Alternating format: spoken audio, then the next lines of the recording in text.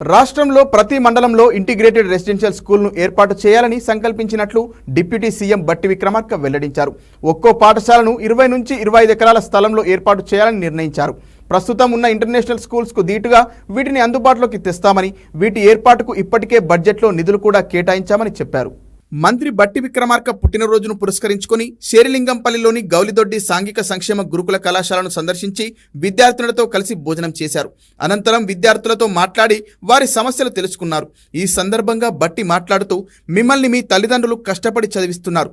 వారి ఆశలను తీర్చేందుకు ప్రభుత్వం ఎన్ని నిధులైనా వెచ్చించడానికి సిద్ధంగా ఉంది. ఈ ప్రభుత్వం మీపై పెట్టుకున్న కలలను నిజం చేయడానికి కష్టపడి చదువుకొని మీ లక్ష్యాలను సాధించాలన్నారు.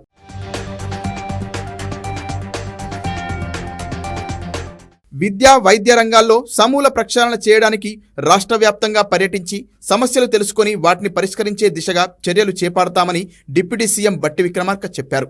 గత ప్రభుత్వం మాదిరిగా ప్రజల సమస్యలను ఇందిరమ్మ రాజ్యంలో ఏర్పడిన ప్రజాప్రభుత్వం గాలికి వదిలేయదన్నారు.